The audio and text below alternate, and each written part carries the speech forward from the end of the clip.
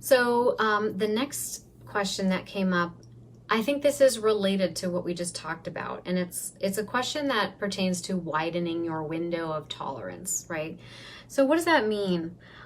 So if you're someone who struggles with feeling triggered a lot or feeling stimulated or anxious feelings on the one hand, or on the other hand, you find that you may shut down, or that you might get overwhelmed or overstimulated and your response is to turn off. And this might be causing some confusion or upset in your relationships because it's hard to be in an active and reciprocal dialogue because you're turned off, right? So how do we work with that? Well, it's actually for both. These can be responses to being in survival mode. So that means that your sympathetic nervous system or your dorsal vagal nerve is stimulated. Okay. So you are compelled towards fight or flight responses. We might associate fight responses with activating strategies of the open heart, right? Fighting for the relationship or fighting for proximity to a lover, or flight responses, which we might associate with a more rolling stone, kind of avoidant way of coping with things, which is, I'm going to fly away until it's safe to come back, right? And then we have the freeze response, that's the dorsal, and this is where it's probably more indicative of a fearful-avoidant response, or sometimes called disorganized. I refer to this as a spice of life attachment style. And this is when there's more confusion because you might experience a bit of both and then get overwhelmed and experience shutdown. So one minute you might have been anxiously seeking proximity and then all of a sudden you get them in close proximity and your feelings just turn off inexplicably. Or you find yourself villainizing them, or you find yourself being like, why did I see them in the first place? Or you might find yourself sabotaging the relationship because it feels unsafe for whatever reason and you can't explain why. So these are different degrees of trauma response, okay? And actually, Omri Gillith, who is a researcher in epigenetics, has found that individuals who have insecure attachment actually have smaller sized hippocampuses. This is a part with emotions and memory and learning, and it's in the limbic part of the brain, survival part of the brain. And they have found that this is also indicative of trauma, of individuals who've experienced trauma. So there's evidence-based research to connect insecure attachment styles with the experience of trauma, or the consequences of trauma, we might say, or even as a consequence of trauma. So when we look at trauma work, in trauma work, we discuss your threshold for stimulation, whatever that may be. In this context, we're talking about attachment stimulation, right? We discuss and refer to that threshold for, let's say, attachment stimulation as your window of tolerance, right? So that means, what are your edges? What are the edges of your comfort zone when talking about something that might be stimulating for you, right? Or difficult to talk about? How well can you reside in your body when talking about, let's say, a previous relationship, or a current, might be less threatening, for example, than a current relationship? So, and why? Well, because the current relationship is closer in proximity. It's more present in your experience. So the window of tolerance is how well you can manage those feelings. It's also knowing when it's too much or too little, right? Too much or too little stimulation. So in polyvagal theory and in practices that utilize polyvagal theory as a way of tapping into the nervous system, when you are looking at your window of tolerance, you might literally create some kind of graph. So for example, this is also all connected to learning how to articulate your feeling states in a way that, serves you, which is also about widening your window of tolerance. But anyway, I want to just give you a little diagram here. So window of tolerance. So like, let's say I'm going to use polyvagal theory as a framework just because I'm sort of deep in that right now in my research. But let's say, and we talk about this in the Secure Attachment 101 course. So if you're in that course, this might feel familiar to you, but just to drive it home. Let's say this is the dorsal. So this is the first part of your nervous system that evolved. It's the most primitive part. It's the freeze response. Then we've got the sympathetic nervous system. And then this is the fight or flight. Okay. And then we have the vagus nerve. And this is the more social part. This is the less developed part of the brain. This is what allows us to engage in secure and loving and reciprocal relationships and to feel good having those kinds of relationships. So now let's say this is a way we could kind of track your window, right? So I might ask you, when in your experience have you had shutdown, right? Have you felt like you numbed out, that your feelings turned off, that you dissociated, you weren't in your body, you might have felt a little drunk without having had anything to drink, numbed out, felt like as if your energy was floating above your head, or that it's a sense of what they call depersonalization or derealization, but that it's as if you are living a dream, like it's as if your life and your body has just taken over and you're not quite present in it, right? It's a disconnected feeling. So that's like a dissociative experience. Now, everybody dissociates to some degree, even if you were to just daydream, that's a degree of fantasize, that's a degree of dissociation. We're talking about like dorsal vagal activation, shutdown dissociation, okay? This is like out of body, all right? And not in an astral projection kind of way. So that's something that you might say, okay, well, that's what I'd put down there. And even if you're watching this now and you're willing to share, if you've ever had an experience like that, you can let me know in the comments. And then fight or flight, right? So this is something that might feel a little closer to home.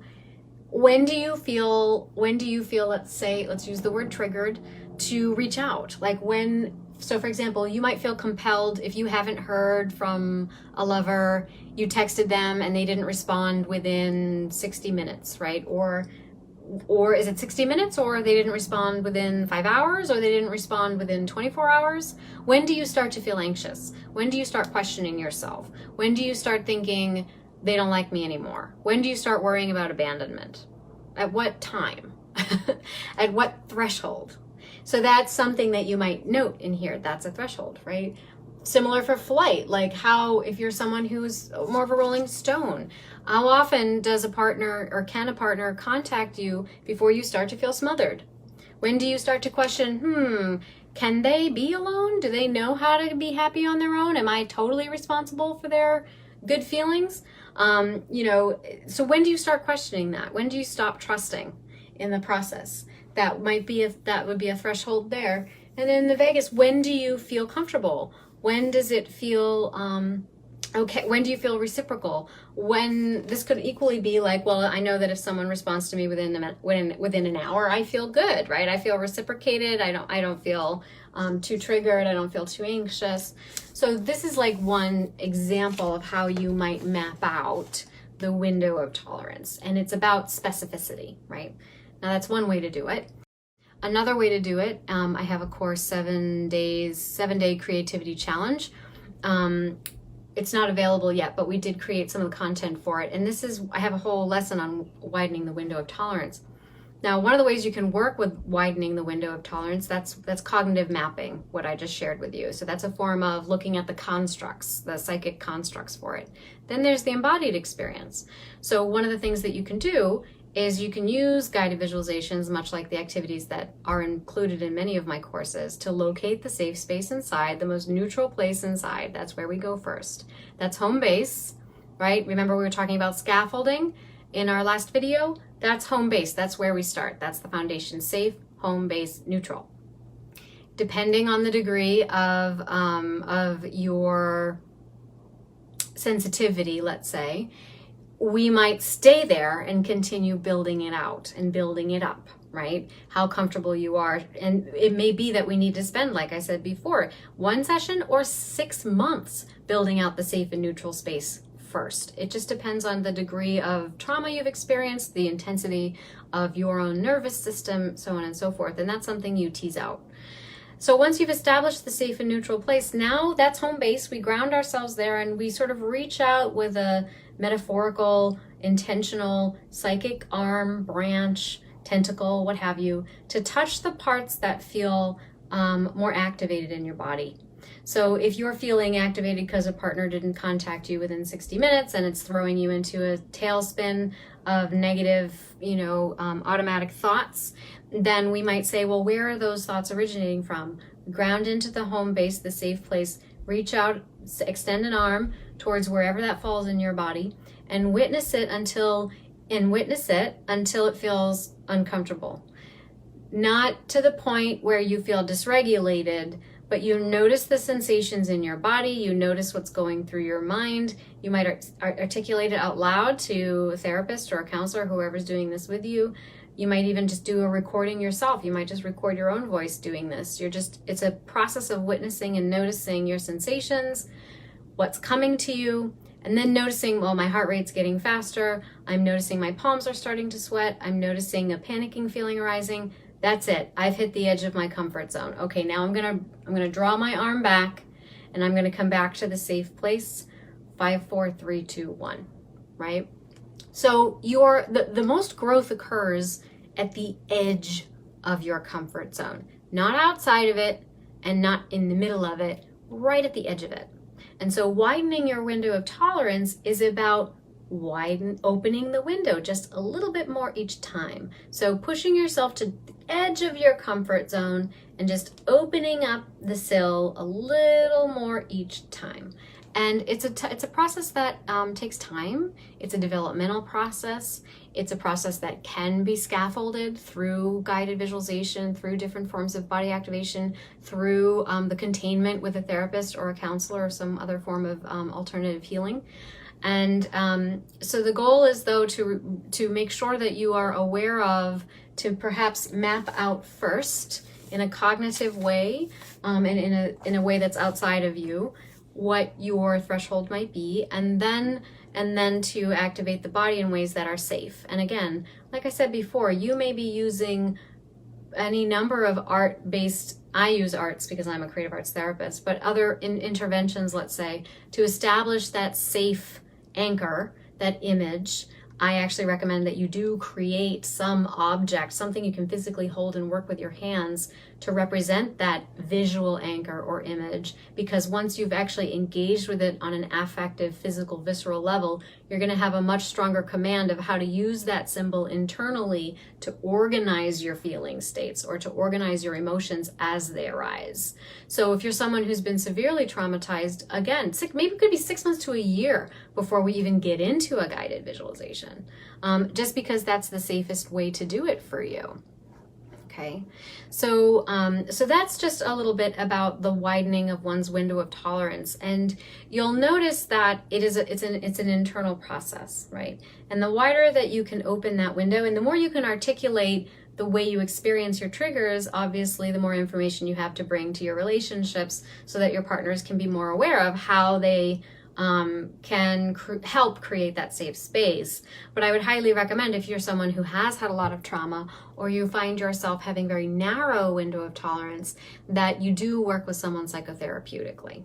Okay, because it's their job to help create the safe spaces and to sense when you may have gone beyond your threshold and it's hard for you to catch it, right? So they are there to kind of help you recognize, I sense you leaving your body.